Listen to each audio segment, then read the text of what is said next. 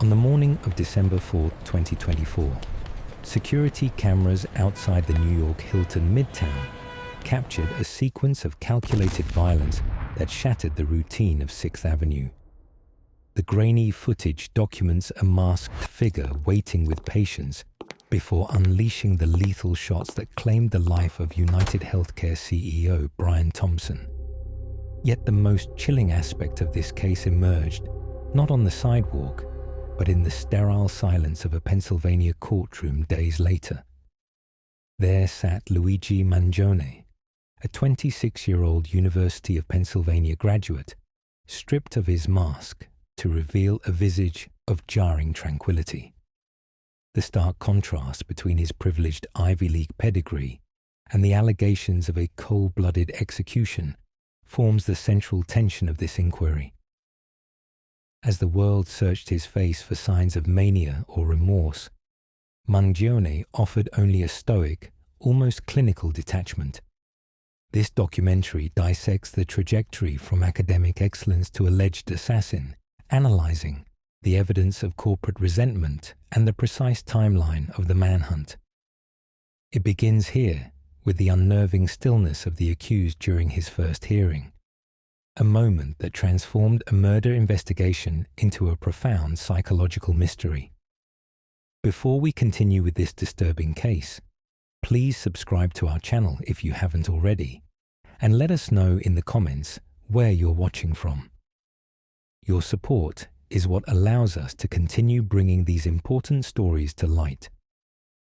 To understand the singular, violent moment that occurred on the sidewalk outside the New York Hilton Midtown, one must first trace the divergent trajectories of two men who, until the morning of December 4th, 2024, inhabited entirely different stratospheres of American life. This was not merely a meeting of victim and perpetrator, but a kinetic collision between the apex of corporate institutionalism and a radicalized, solitary intellect.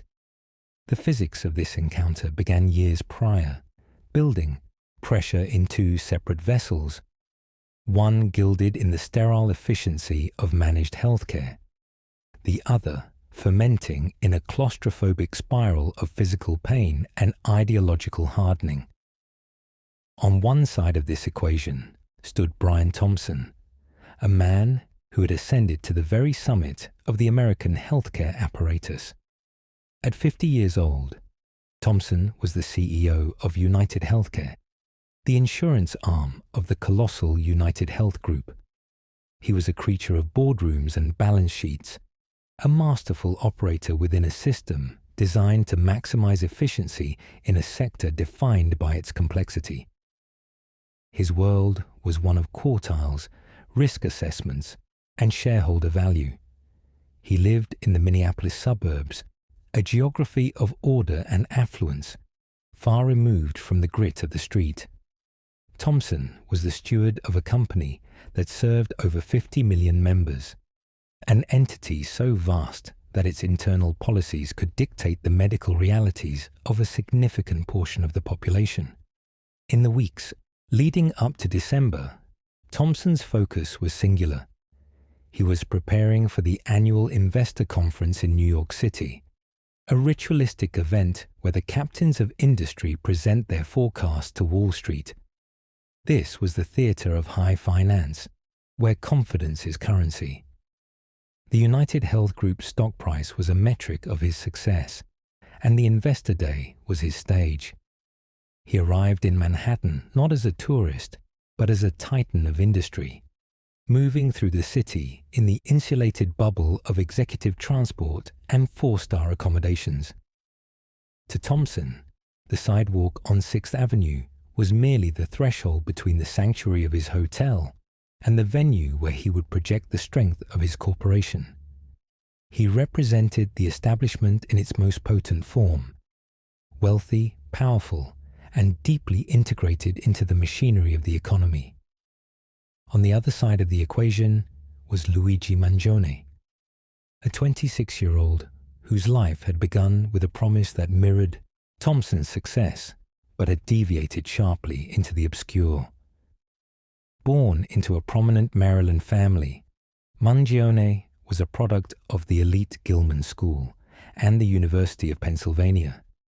He was a quintessential golden boy, possessing the intellect and the pedigree to ascend the same corporate ladders that Thompson had climbed. He held degrees in computer science and engineering, the keys to the modern kingdom. Yet, the trajectory of Luigi Mangione did not follow the expected arc of the Ivy League alumnus. The divergence began in the architecture of his own body. Mangione suffered from chronic back pain, a physiological torment that reportedly led him to undergo spinal surgery.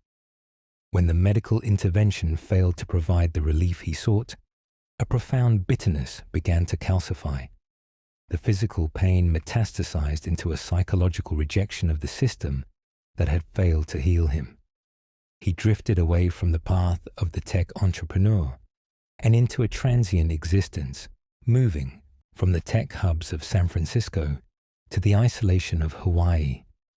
He became a ghost in the machine, disconnecting from his affluent background and immersing himself in a radicalized worldview that viewed the corporate structure not as a ladder to be climbed, but as a parasite to be excised. The transformation of Mangione from valedictorian to suspect was marked by a meticulous, almost clinical obsession with dismantling the perceived agents of his suffering. He did not merely drop out of society, he began to study its vulnerabilities.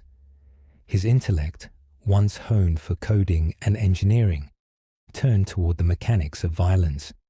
He engaged with the philosophy of the Unabomber, Ted Kaczynski, finding resonance in the rejection of industrial society. But unlike Kaczynski, who targeted technology itself, Mangione's ire sharpened specifically on the healthcare industry, the entity that monetizes human fragility. By late 2024, the timelines of Thompson and Mangione began to constrict. While Thompson was finalizing his slide decks and reviewing quarterly earnings, Mangione was in a hostel on the Upper West Side of Manhattan, surrounded by the hum of bunkmates and the anonymity of the transient traveler. He was armed not with a weapon purchased from a store, but with a pistol that was largely a product of his own engineering expertise, a 3D printed firearm, a ghost gun that existed outside the regulatory framework of the state. This weapon was a physical manifestation of his ideology, untraceable, homemade, and designed to bypass the security apparatus of the world despised. The morning of December 4th dawned cold and grey over Manhattan. The city was waking up, the streets slick with a mixture of slush and grime. At the New York Hilton Midtown, the atmosphere was charging with the anticipation of the investor conference. Security was present, but it was the standard corporate variety, designed to check badges and manage crowds, not to repel a targeted assassination. Brian Thompson exited the hotel early, dressed in a suit, blending into the flow of executives and attendees. He was walking toward the Ziegfeld ballroom, his mind likely occupied with the presentation he was about to deliver, a speech that would outline the future profitability of UnitedHealthcare. Luigi Mangione was already there. He had been waiting, pacing the periphery, a figure obscured by a hood and a mask, indistinguishable from the thousands of winter-clad pedestrians in the city, yet distinct in his intent. The surveillance footage later recovered would show a chilling patience. He was not erratic, he was predatory. He watched the entrance, scanning for the face that represented the system he had put on trial in his own mind. When Thompson appeared, the collision occurred. It was roughly 6:45 a.m. The distance between the two worlds collapsed to a matter of feet. Mangione approached Thompson from behind. The act was not a chaotic scuffle, but a precise execution. He raised the 3D printed weapon and fired. The gun, a piece of plastic and metal engineering, jammed after the initial shots, a flaw inherent in its homemade design.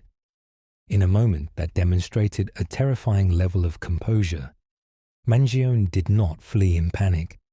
He manually cleared the jam, re-engaged the weapon, and continued firing. Thompson fell to the pavement, his life ending on the cold concrete of 6th Avenue, the towering skyscrapers bearing silent witness.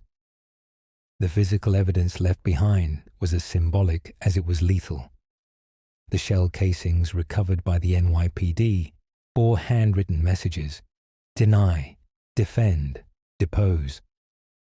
These were not the incoherent ramblings of a madman, but a direct reference to a critique of the insurance industry's tactics, delaying claims, denying coverage, and defending profits. It was a manifesto written in brass, left next to the body of the man who stood at the helm of the industry.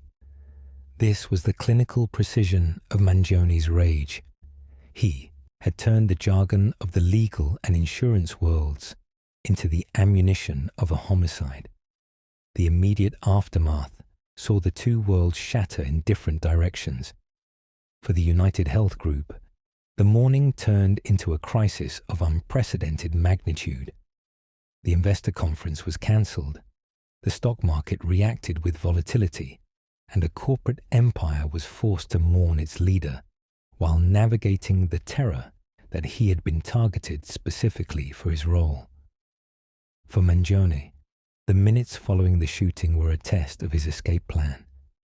He fled on an electric bicycle, disappearing into the labyrinth of Central Park, shedding his digital skin as he went.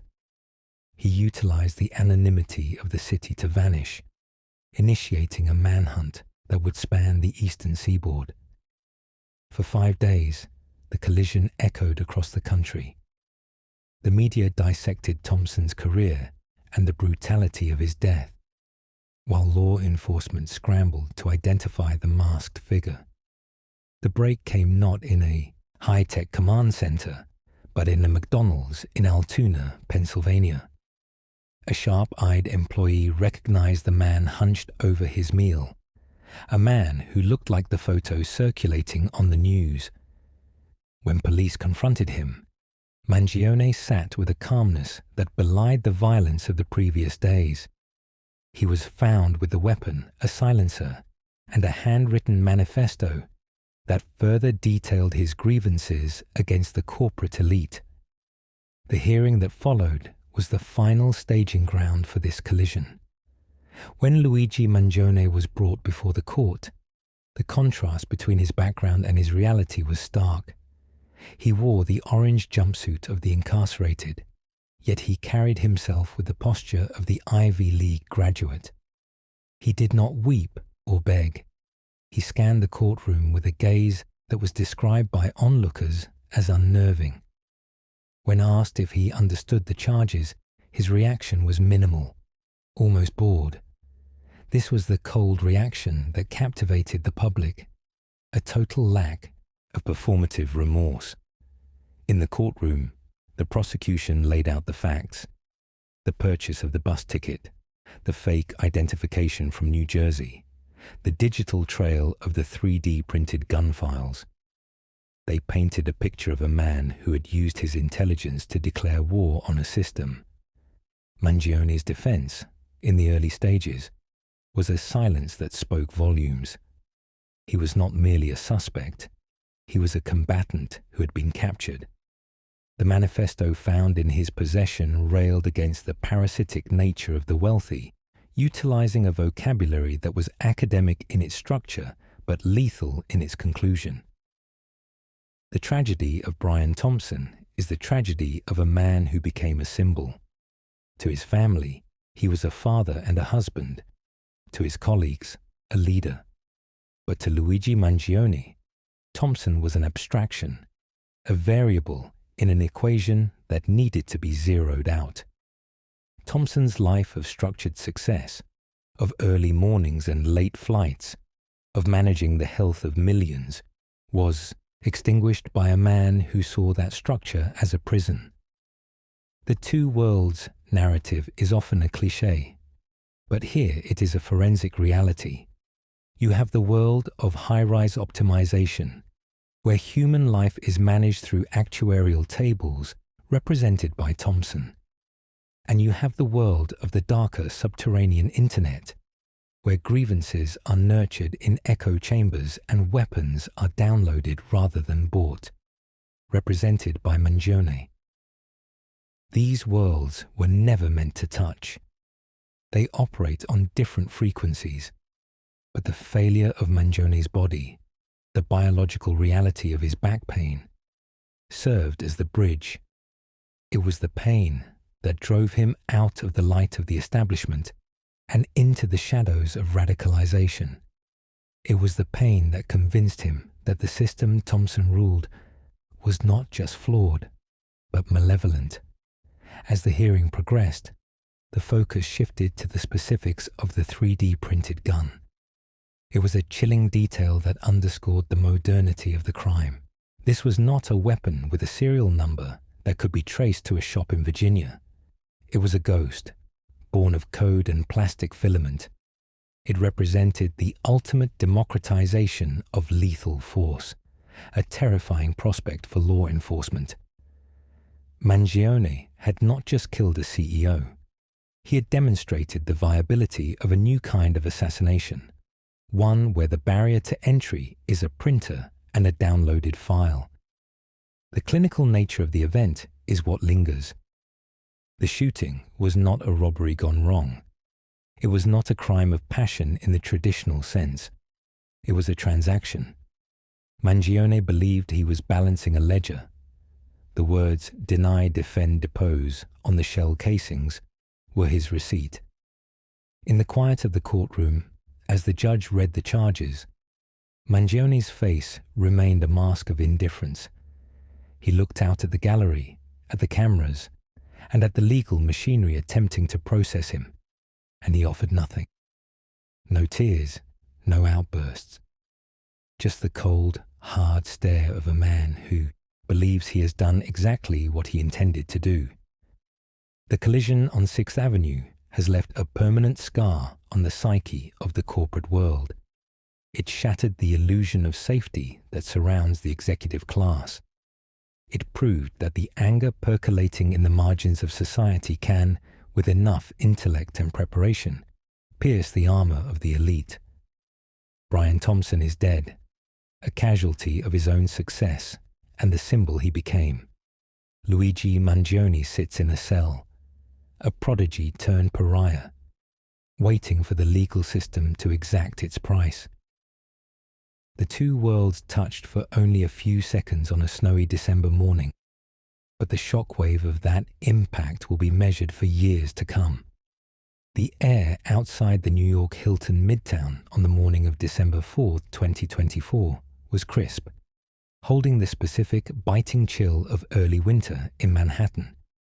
At 6:44 a.m., the sidewalk traffic on 6th Avenue was sparse, a mix of early commuters and hotel staff bracing for the morning rush. The investigation that would consume the next 120 hours began not with a siren, but with the suppressed mechanical cycling of a firearm. The suspect, a figure clad in dark clothing and a face mask, had been waiting. The target was Brian Thompson, the 50-year-old chief executive officer of UnitedHealthcare. As Thompson approached the hotel entrance for an investor conference, the gunman stepped forward with a terrifying, practiced calm.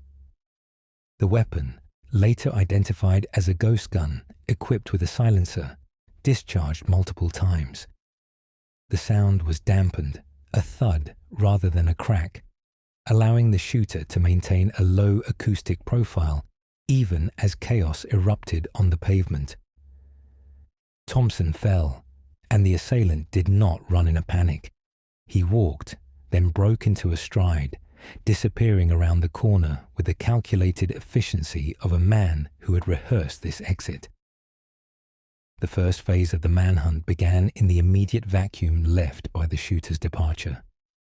The New York Police Department converged on Midtown, turning the blocks surrounding the Hilton into a sterile grid of crime scene tape and flashing lights. While paramedics attended to the fallen CEO, crime scene unit detectives began the microscopic work of sweeping the asphalt. It was here, amidst the urban debris, that the first and most chilling piece of the puzzle was recovered. 3 shell casings lay on the ground, ejected from the killer's pistol. On the brass surface of the casings, handwritten in permanent marker, were the words "deny, defend, depose."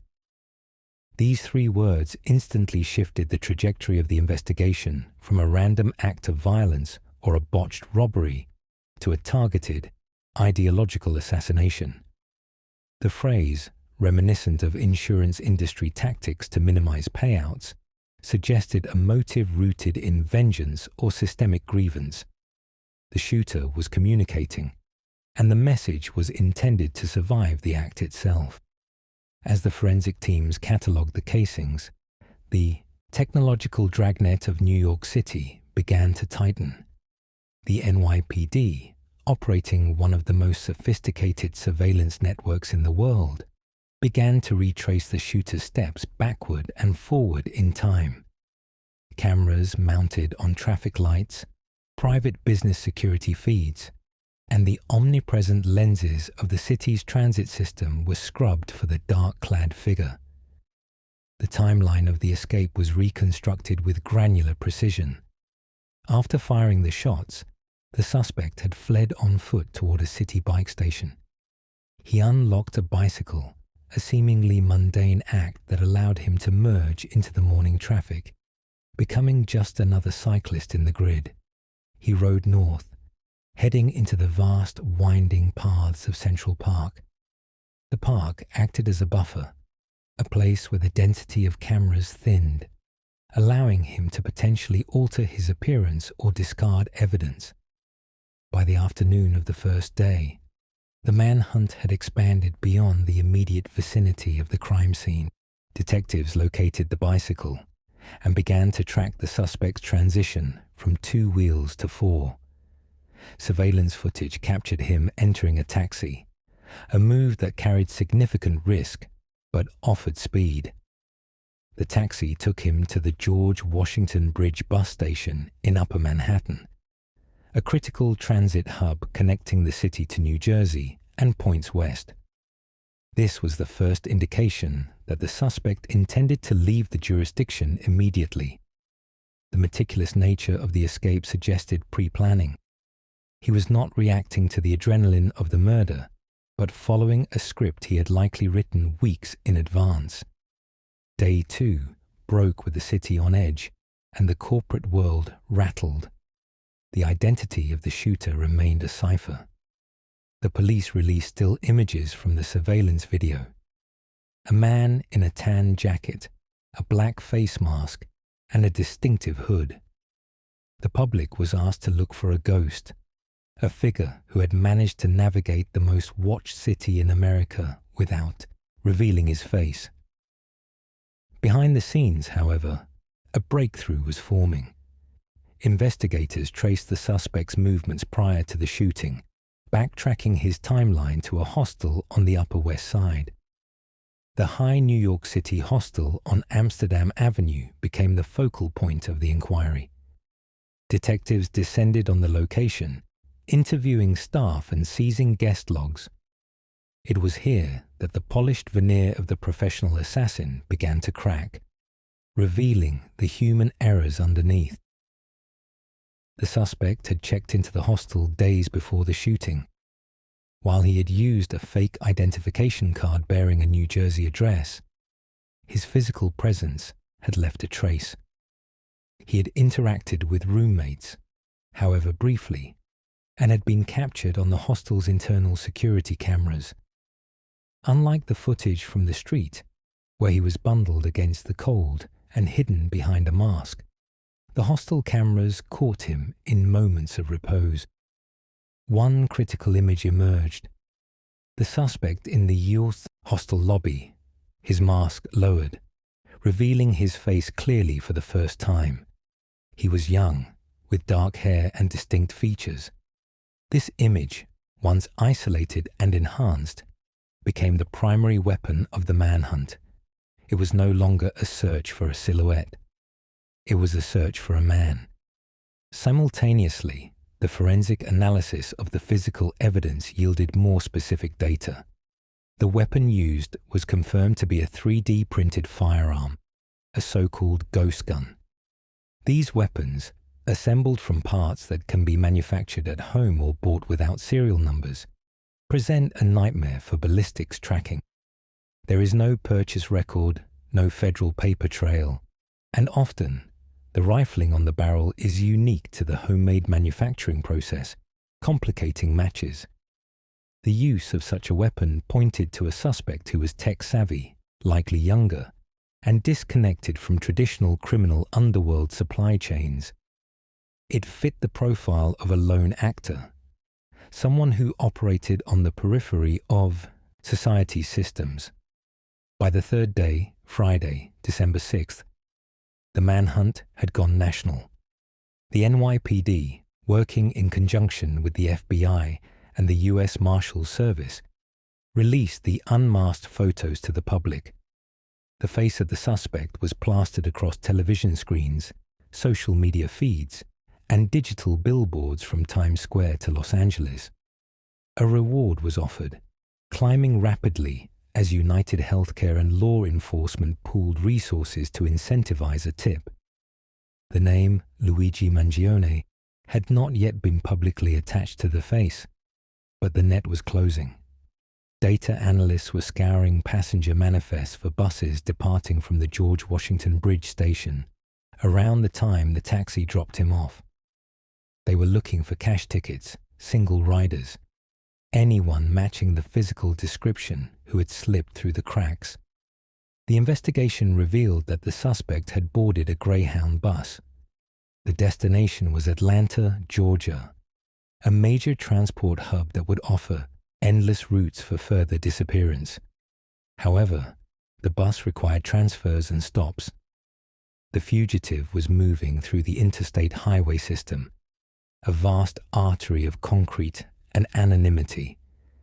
He was sitting among ordinary travelers, likely watching the news of his own pursuit on his phone, or perhaps staring out the window at the passing landscape of the American Northeast. The psychological pressure on a fugitive in this phase is immense. Every rest stop, every glance from a stranger, every patrol car passing on the highway represents a potential end to freedom. The suspect, however, appeared to maintain a chilling composure. He did not act out. He did not draw attention. He waited. As the weekend arrived, marking days 4 and 5, the radius of the search widened to encompass the entire eastern seaboard. The FBI's involvement meant that resources in Pennsylvania, Maryland, Virginia, and beyond were on high alert. The breakthrough that would end the hunt came not from a high-tech satellite sweep or a facial recognition hit, but from the oldest element in law enforcement, an observant citizen. The bus the suspect was traveling on made a scheduled stop in Altoona, Pennsylvania. It was a mundane location, a small city in the heart of the Rust Belt, far removed from the high-stakes atmosphere of Midtown Manhattan. On the morning of Monday, December 9th, 5 days after the shooting, Luigi Mangione walked into a McDonald's at 1000 Logan Boulevard in Altoona. The time was shortly after 9 a.m. The breakfast rush was winding down. The environment was aggressively normal, the smell of coffee and hash browns, the low murmur of conversation, the bright, sterile lighting of a fast food franchise. Mangione, wearing a red jacket and a black face mask, ordered food and sat in a booth. He was quiet, keeping to himself, huddled over his meal. But he was not invisible. An employee at the McDonald's, whose daily routine involved serving hundreds of faceless customers, paused. There was something about the man in the booth. Perhaps it was the intensity of his gaze, or the way he seemed to be making himself small. More likely, it was the recognition of the face that had been saturating the news cycle for the last 48 hours. The employee recognized the features above the mask, the brow, the eyes, the hair. The resemblance to the NYPD wanted poster was striking. Trusting their instinct, the employee alerted a manager, who then contacted the Altoona Police Department. It was a call that bridged the gap between a global news story and a local Pennsylvania eatery. 2 Altoona police officers responded to the call. They did not storm the building with SWAT teams or drawn rifles. They approached the situation with the cautious routine of a patrol inquiry. They entered the McDonald's and approached the booth where Mangione sat. The suspect was backed into a corner, his workspace defined by a paper cup and a wrapper. The officers asked him for identification. It was the moment of truth, the collision of the lie and reality. Mangione produced a fake ID, the same fraudulent document from New Jersey that he had used to check into the hostel in New York. The officers, trained to spot inconsistencies, were not convinced. They pressed him on his travel history, his name, his reasons for being in Altoona. Mangione's reaction was described as cold. He did not scream. He did not flip the table. He sat with a stillness that was unnerving. However, as the questioning intensified and the officers prepared to detain him for the false identification, the physical reality of his baggage came into play. A search of his backpack revealed the tools of his trade and the manifesto of his intent. Inside the bag, officers found a black, silencer-equipped pistol. It was the ghost gun. Alongside the weapon were multiple magazines of ammunition and, perhaps most damningly, a handwritten document. This manifesto reportedly railed against the corporate healthcare industry, echoing the sentiment of the words found on the shell casings in Manhattan. It was a physical link between the man in the Pennsylvania McDonald's and the shooter in New York City. The officers placed Luigi Mangione in handcuffs. The arrest was executed without a shot fired. The violence that had initiated the manhunt did not bookend it. Instead, there was the click of ratchets and the reading of rights. Mangione was led out of the restaurant, into the cold Pennsylvania air, and placed into the back of a squad car. He was wearing an orange shirt under his jacket, a detail that would soon be captured in mugshots broadcast around the world.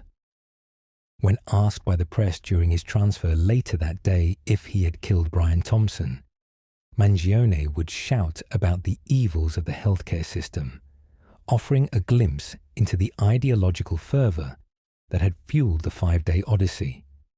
The capture in Altoona brought a sudden, jarring halt to the manhunt.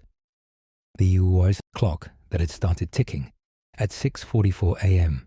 on December 4th stopped at roughly 9:15 a.m. on December 9th. In those 5 days, Luigi Mangione had traveled hundreds of miles, crossing state lines and navigating the complexities of a modern fugitive run. He had utilized 3D printing technology, fraudulent documents, and the anonymity of mass transit. He had almost succeeded in vanishing into the American interior.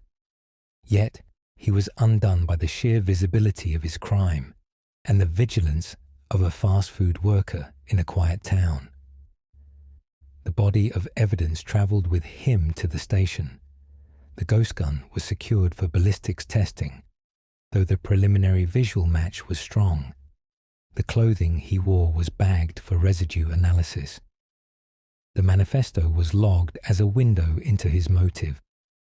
The cold reaction, noted by the arresting officers, became the defining characteristic of his persona in custody. A man who seemed detached from the gravity of the murder charge, focused instead on the message he believed he had delivered. As news of the capture reached New York, the tension that had gripped the city began to dissipate. replaced by the procedural grind of the justice system. The NYPD detectives who had spent 5 sleepless days sifting through terabytes of video footage and chasing leads across the tri-state area could finally close the file on the manhunt. The investigation would now pivot to the prosecution, to the analysis of the digital footprint Mangione had left behind, and to the origins of the ghost gun. But the chase was over. The figure who had walked away from the Hilton with such terrifying calm was now a prisoner in a county jail, stripped of his mask, his weapon, and his freedom. The events of those 5 days served as a grim testament to the speed of modern forensics and the enduring power of public awareness. The shooter had tried to deny, defend, and depose, but in the end, he was identified, tracked, and captured. The winter air in Altoona, Pennsylvania, was biting, but inside the Blair County Courthouse, the atmosphere was suffocatingly dense. It was a collision of small-town judicial routine and a crime of such staggering magnitude that it had paralyzed the national news cycle. The hearing that would determine the immediate fate of Luigi Mangione was not merely a procedural step. It was the first time the public would see the man accused of executing the CEO of UnitedHealthcare on a Manhattan sidewalk. The courtroom, usually reserved for traffic violations and domestic disputes, had been transformed into a theater of high-stakes legal warfare, filled to capacity with sheriff's deputies, frantic members of the press, and a palpable tension that seemed to vibrate against the wood-paneled walls. When the side door opened, the silence that fell over the room was absolute. Mangione entered, flanked by heavy security. Gone was the anonymous figure in the hoodie and mask captured on the chilling security footage outside the Hilton in Midtown. In his place was a young man in a bright orange jumpsuit, the standard issue uniform of the Blair County Prison, which hung loosely on his frame. His hands were cuffed in front of him, and his ankles were shackled, forcing him into a slow, rhythmic shuffle that echoed on the linoleum floor. The metal clinking of the chains was the only sound in the room as he moved toward the defendant's table. What struck the observers immediately was not fear or remorse, but a jarring sense of detachment. Mangione, an Ivy League graduate with a pedigree of privilege, scanned the room with eyes that were alert and clinical. There was no shrinking away from the cameras that tracked his every movement. Instead, there was a faint, almost imperceptible set to his jaw, a look that many in the gallery interpreted as a smirk, though it was perhaps more accurately described as a mask of icy resolve. He sat down next to his court-appointed public defender, Thomas Dickey, a veteran attorney whose body language betrayed the immense pressure of managing a client who had become the face of a violent ideological storm. The proceedings began with the rote formality of the American legal system, a stark contrast to the chaos outside. District Attorney Pete Weeks stood representing the Commonwealth, his demeanor serious and unyielding. The charges were read, not the full indictment that awaited in New York, but the holding charges that kept Mangione in Pennsylvania. Possession of a firearm without a license, forgery, and giving false identification to law enforcement. But hanging over every syllable spoken by the judge was the specter of the New York warrant, the accusation of murder in the second degree. The courtroom listened intently as the details of the arrest at the Altoona McDonald's were recounted with forensic dryness. The ghost gun, the suppressor, the handwritten manifesto, the passport. These were not just items in an evidence locker. They were the physical components of a meticulously planned assassination. Throughout the reading of the charges, Mangione remained still. His posture was upright, almost military. He did not look down at the table or cover his face. He watched the judge, Magisterial District Judge Daniel D'Antonio, with a gaze that seemed to analyze the proceedings rather than participate in them. It was a cold reaction, devoid of the emotional collapse one might expect from a 26-year-old facing the possibility of life behind bars. This clinical detachment fueled the narrative that was already spinning out of control in the media, that this was a cold-blooded operator, a man who had divorced himself from the morality of his actions to serve a perceived higher logic. Then came the moment that shattered the procedural rhythm. As the discussion turned to the extradition process, the legal mechanism that would transfer him from the holding cell in Pennsylvania to the gritty reality of Rikers Island. Mangione leaned forward. His attorney, Dickey, had likely instructed him to remain silent, to let the legal machinery grind on without interference. But Mangione had his own agenda. As the cameras zoomed in, capturing the grain of his skin and the intensity of his stare, he began to speak.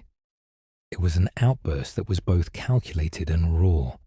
He raised his voice, not in a scream, but in a projection meant to be heard clearly by the press corps huddled in the back. He declared that the media narrative was out of context. He looked directly at the lenses and stated that the current portrayal of events was an insult to the intelligence of the American people. His voice was steady, articulate, and devoid of tremors. It was the voice of a valedictorian, not a raving madman, which made the statement all the more chilling. He was attempting to seize control of the narrative from the defendant's chair, trying to cast his actions not as a murder, but as a message that the public was smart enough to decode.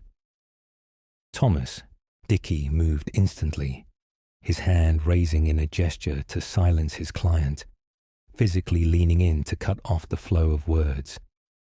The attorney knew the legal peril of a defendant speaking on the record, especially one facing charges that could result in a sentence of life without parole. The courtroom erupted in a low murmur of shock. Mangione did not resist his lawyer's intervention physically, but his eyes remained fixed on the gallery, burning with a defiant intelligence.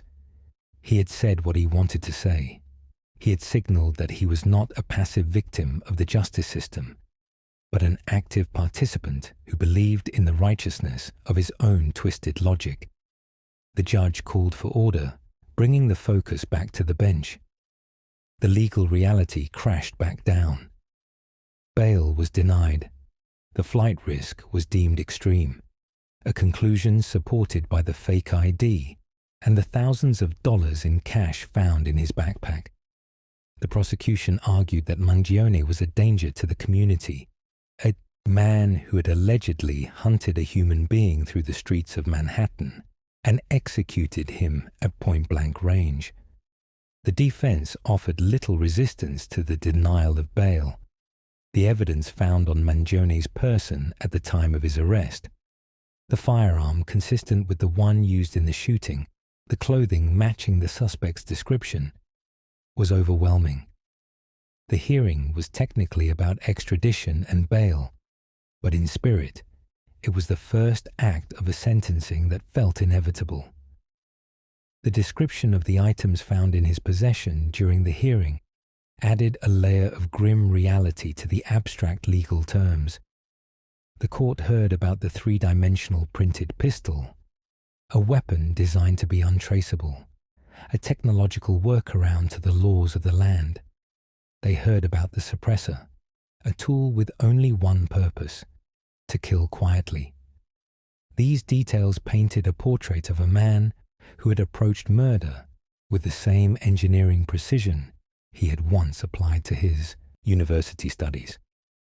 The juxtaposition of the rudimentary, violent tools and the sophisticated, articulate young man in the orange jumpsuit created a cognitive dissonance that hung heavy in the room. As the hearing concluded, the judge ordered Mangione to be remanded to the custody of the Blair County Prison without bail. pending his transfer to New York authorities. The procedural box was checked. The extradition waiver was the next logical step, a formality that would grease the wheels for his transport to Manhattan Criminal Court. But the exit was just as significant as the entrance. Deputies moved in to escort Mangione out. He stood up, the chains rattling once more. He did not hang his head. He turned and scanned the room one last time.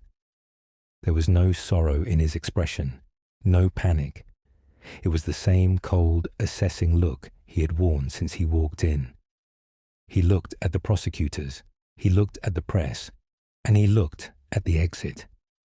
As he was led away, shuffling back toward the holding cell, the image burned into the retina of every witness was that of a man who believed he had won something, even as he was being marched toward a cage. Outside the courthouse, the reaction was immediate. Microphones were thrust into the faces of the attorneys. District Attorney Pete Weeks spoke with the clipped efficiency of a prosecutor who knew he had a solid case, emphasizing the cooperation between states and the strength of the evidence. Thomas Dickey, the defense attorney, looked weary, managing the impossible task of representing a client who seemed intent on turning his trial into a political theater.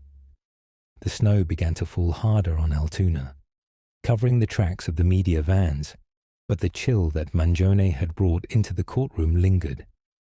The hearing established the trajectory for the legal battle to come. It was clear that this would not be a simple whodunit. The evidence, the DNA, the ballistics, the digital footprint, was mounting into an insurmountable wall. The sentencing phase, though technically months or years away, felt like it had already begun in the court of public opinion. Mangione's cold reaction, his refusal to perform the role of the contrite sinner, and his defiant outburst had set the stage. He was signaling that he would not plead insanity, nor would he beg for mercy. He was positioning himself as a martyr to a cause he had fabricated in his own writings. The transfer to New York would follow, involving a high-security convoy, more cameras, and the imposing shadow of the Manhattan judicial complex. But the Pennsylvania hearing remained the defining moment of the early proceedings. It was the moment the mask came off, revealing not a monster snarling in the dark, but a calm, articulate man in an orange jumpsuit who looked the law in the eye and told the world they just didn't understand. The clinical precision of the court record captured the dates and the rulings, but it was the vivid memory of his silence, broken only by that singular defiant sentence that defined the day. As the heavy doors of the transport van slammed shut, taking Luigi Mangione back to his cell, the legal machinery continued its inexorable grind. The questions of motive, of mental state, and of ultimate punishment remained to be litigated. But in the quiet aftermath of the hearing, one fact stood out with absolute clarity. The defendant was not afraid. He was waiting. And that patience, that cold, calculated reaction to the weight of the state crushing down on him, was perhaps the most terrifying piece of evidence of all. The morning of December 4th, 2024, began with the routine bustle of Midtown Manhattan, but by 6:46 a.m., the trajectory of American corporate security and the public discourse on healthcare had shifted irrevocably. On the sidewalk outside the New York Hilton Midtown, the assassination of UnitedHealthcare CEO Brian Thompson was not merely a homicide investigation. It was the catalyst for a profound societal reckoning. The 3 rounds fired from a suppressed 3D printed pistol did more than end the life of a 50-year-old executive. They shattered the perceived barrier between high-level corporate decision-making and the visceral anger of the American patient, As the weeks following the shooting turned into months, the legacy of that morning crystallized into a complex tapestry of fear, policy debate, and a radical overhaul of executive protection. The immediate aftermath was defined by a manhunt that spanned 5 days, ending in a McDonald's in Altoona, Pennsylvania. When police apprehended 26-year-old Luigi Mangione, the image presented to the public was disquieting in its contradictions. Here was a valedictorian, an Ivy League graduate from a prominent Maryland family, sitting calmly with a ghost gun and a manifesto. The clinical precision of the shooting, captured on surveillance footage, contrasted sharply with the chaotic emotional release witnessed in the online sphere. This dichotomy became the defining feature of the event's legacy. The public reaction was not a uniform expression of grief, but a fractured mirror reflecting the deep-seated resentment toward the managed care industry.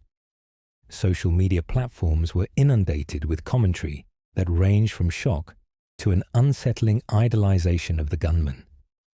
This sociological phenomenon, where a cold-blooded killing was recontextualized by some as an act of vigilante justice, forced the healthcare industry into a defensive posture unprecedented in modern business history.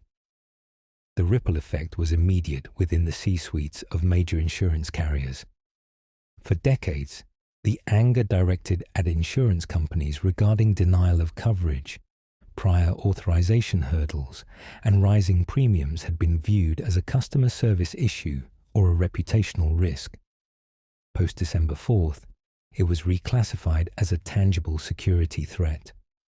Security firms reported an immediate surge in contracts for executive protection.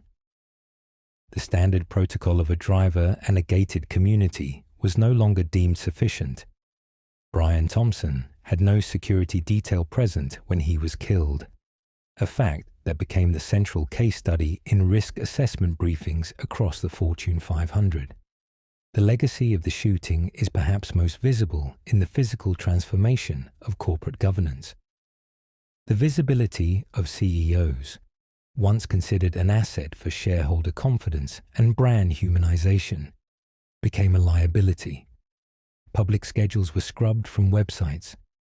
Annual shareholder meetings for healthcare conglomerates were rapidly shifted to virtual formats. Executive protection teams began implementing counter-surveillance measures usually reserved for heads of state. The concept of the grey man, blending into the environment to avoid detection, was reverse-engineered for high-net-worth individuals who previously flaunted their status. The investigation into Mangione revealed his use of digital anonymity and low-tech disguise to stalk his target, prompting corporate security directors to audit the digital exhaust of their protectees. The realization that a determined individual with a 3D printer and a bus ticket could breach the perimeter of the corporate elite dismantled the illusion of invulnerability that money had previously bought.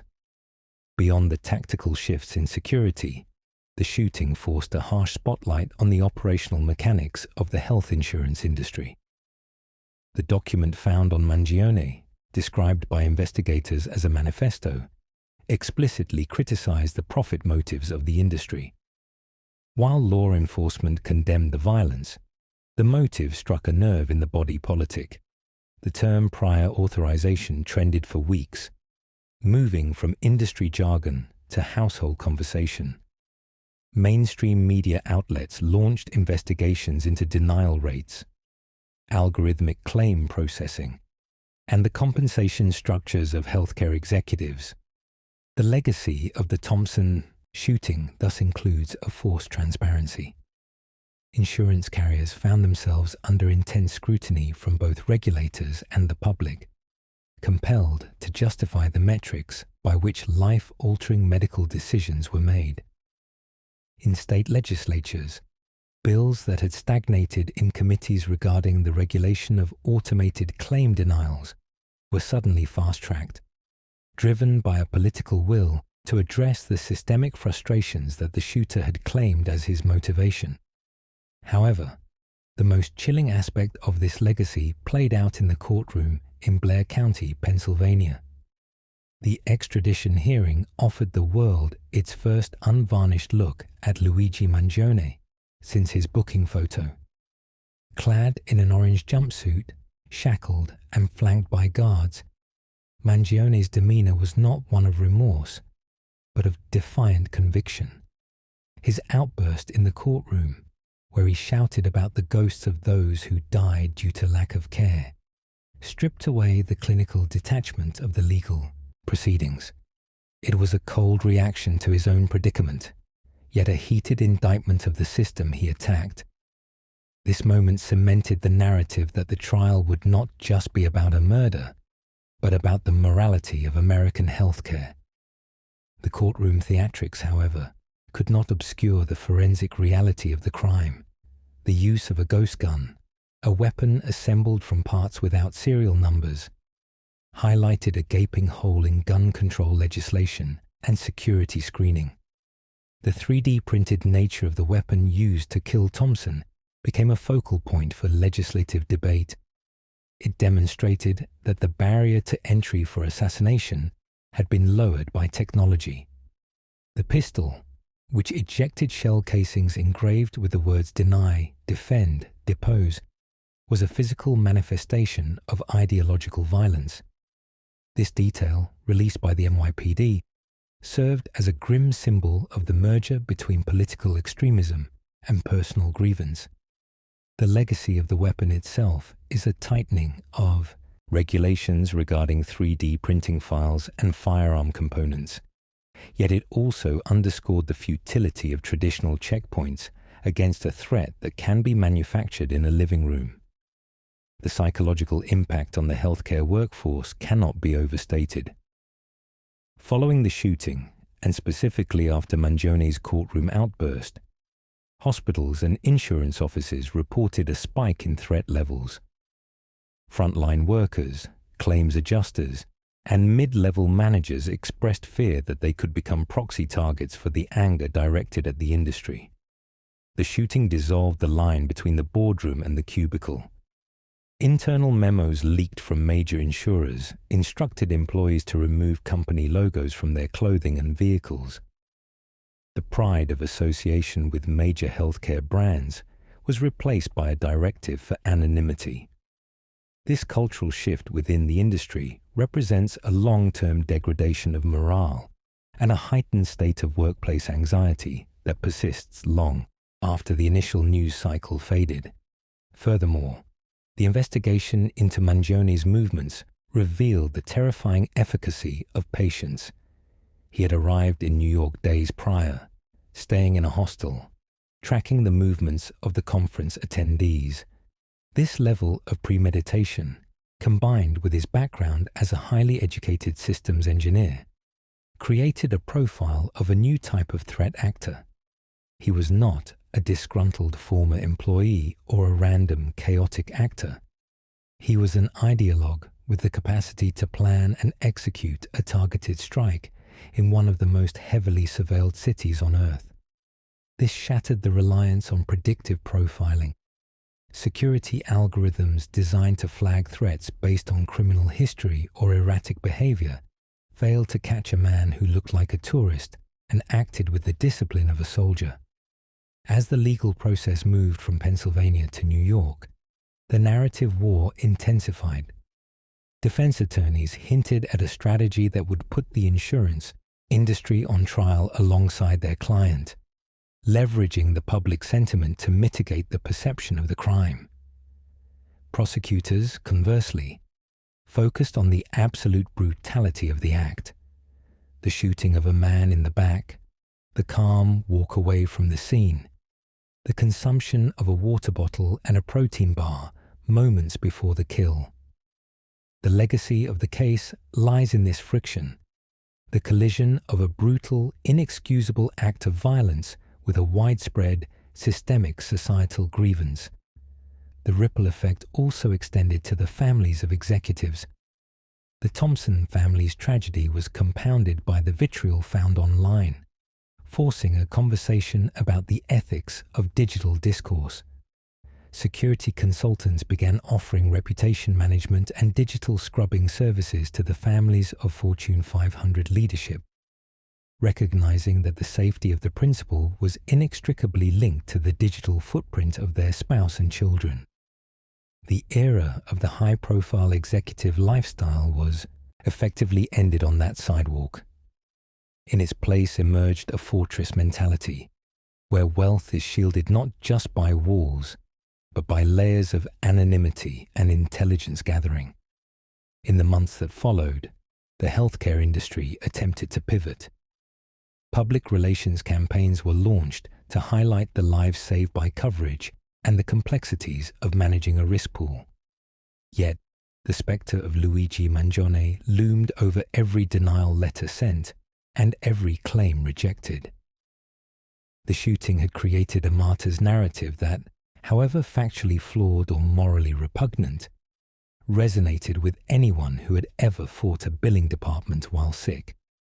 The distinct cold reaction of Mangione during his hearings, his eyes scanning the room, his voice steady as he justified his actions, served as a recurring reminder that the social contract regarding health and profit had frayed.